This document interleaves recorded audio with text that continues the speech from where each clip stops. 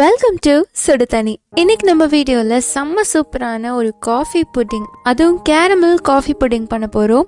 இதை வெறும் 3 இன்க்ரீடியன்ட் வச்சு ஒரு குயிக்கான ரெசிபியை அதை நம்ம பண்ணிடலாம். இதோட இன்க்ரீடியன்ஸை நான் டிஸ்கிரிப்ஷன் பாக்ஸில் கொடுக்குறேன். இப்போ வாங்க சேர்ந்து சமைக்கலாம். ஃபர்ஸ்ட் இதுக்கு ஒரு பேனில் 1/2 கப் சர்க்கரை எடுத்துக்கிறேன். நீங்கள் 1/2 கப்பு சேர்க்கலாம், இல்லை சர்க்கரை அளவு கொஞ்சம் கம்மியாக வேணும்னா இதை விட கொஞ்சம் கம்மி பண்ணிக்கலாம். இது நல்ல ஸ்வீட்டாகவே இருக்கும். 1க்கு பாதிங்கிற மாதிரி நான் சேர்த்துருக்கேன். நீங்கள் 1/2 கப்புக்கும் கொஞ்சம் கம்மியாக எடுத்துக்கலாம். இதை நல்லா கரைச்சி கேரமல் ஃபஸ்ட் நான் ரெடி பண்ணிக்கிறேன். நான்ஸ்டிக் பேனாக இருந்துச்சுன்னா ஒட்டாமல் வரும். கேரமல் பண்ணுறது ரொம்பவே ஈஸியாக இருக்கும். இதை லோ ஃப்ளேம்லேயே வச்சுட்டு நல்லா கரைச்சிக்கலாம். கொஞ்சம் நேரத்துலேயே இது நல்லா கரைஞ்சி ஒரு ஹனி ப்ரௌன் மாதிரி மாறிட்டே வரும். நீங்கள் ஓவர் குக் பண்ணிங்கன்னா கசந்து போயிடும். அதனால் ரொம்ப குக் பண்ணிடக்கூடாது. கரெக்டாக அந்த ஹனி ப்ரௌன் கலரில் மாறி வரும்போது நம்ம இதில் தண்ணி சேர்த்துடணும். இப்போது இந்த மாதிரி எல்லா சர்க்கரையும் கரைஞ்சி நல்லா ஹனி கலரில் வந்திருக்கு.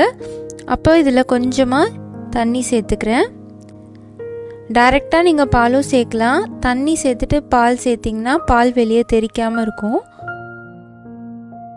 இப்போ இதில் 1 கப் பால் சேர்த்துக்கிறேன். நான் இன்றைக்கி எடுத்துருக்கிறது காய்ச்சின பால் தான் எடுத்திருக்கேன். அதிலிருந்து 1 கப் சேர்த்துக்கிறேன். சேர்த்துட்டு இதை நல்லா மிக்ஸ் பண்ணி விட்டுருங்க. கேரமல் பண்ணிவிட்டு பால் சேர்க்குறதுனால கேரமல் திருப்பி கட்டியாக மாறுற மாதிரி இருக்கும். ஆனால் அந்த சூட்லேயே அது திருப்பி கரைஞ்சிரும். லைட்டாக நீங்கள் கரண்டியை வச்சு மெதுவாக மிக்ஸ் மட்டும் பண்ணி விடுங்க. இது மாதிரி பண்ணுறதுனால நார்மலான பாலில் சர்க்கரை சேர்க்குற மாதிரி இருக்காது, ஒரு கேரமலைஸ்டு ஃப்ளேவர் வரும். அதுக்காக தான் இந்த ஸ்டெப் நம்ம பண்ணுறோம். இப்போ இது கூட 1 டேபிள் ஸ்பூன் காஃபி டிகாஷன் சேர்த்துக்கிறேன். நான் இன்ஸ்டன்ட் வாங்க மாட்டேன், அதனால் ஃபில்டர் காஃபியோட டிகாஷன் எடுத்திருக்கேன். இதுக்கு பதிலாக நீங்கள் இன்ஸ்டன்ட் காஃபி பவுடரில் கொஞ்சமாக தண்ணி சேர்த்து மிக்ஸ் பண்ணி அதை கூட சேர்த்துக்கலாம். ரெண்டும் ஒரே டேஸ்ட் தான் வரும். சேர்த்துட்டு இது நல்லா மிக்ஸ் பண்ணிக்கலாம். இப்போ இது கூட அகர் 5 கிராம் சேர்த்துக்கிறேன். நான் இன்னைக்கு பவுடர் ஃபார்மில் சேர்த்துருக்கேன். இதுக்கு பதிலாக நீங்கள் முழுசாக இருக்கிறது கூட சேர்த்துக்கலாம். அது சைனா கிராஸ், கல்பாசி அந்த மாதிரி சொல்லுவாங்க.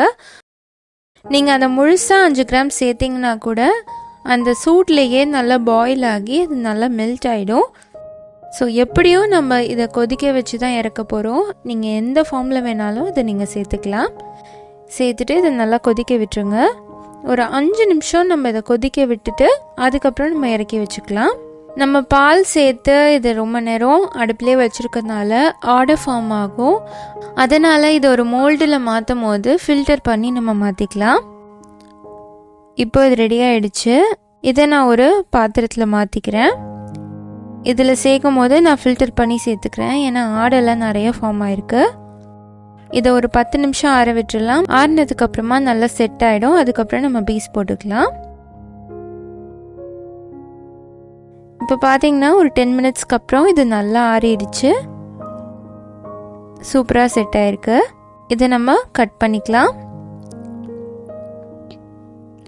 நான் இன்றைக்கி 1 கப் பாலில் தான் பண்ணியிருக்கேன், அதுக்கே இவ்வளோ வந்திருக்கு. இதை தாராளமாக ஒரு ஃபேமிலி ஃபுல்லாக சாப்பிடலாம். செம்ம டேஸ்டான ஒரு காஃபி புட்டிங் ரொம்ப குயிக்காக ரெடி ஆகிடுச்சு. இதை பண்ணுறதுக்கு மொத்தமாகவே 20 நிமிஷம்தான் ஆகும். எவ்வளோ சாஃப்டாக இருக்குது பாருங்கள். உங்களுக்கு காஃபி பிடிக்கும்னா இந்த புட்டிங்கை ரொம்ப ஈஸியாக நீங்களே பண்ணிடலாம். இதே மாதிரி ட்ரை பண்ணி பார்த்துட்டு இது எப்படி இருந்துச்சுன்னு சொல்லி கண்டிப்பாக கமெண்ட்டில் சொல்லுங்கள். இந்த வீடியோ உங்களுக்கு பிடிச்சிருந்தா லைக் பண்ணுங்கள். சுடுதண்ணி சேனலை சப்ஸ்கிரைப் பண்ணுங்கள். தேங்க்யூ.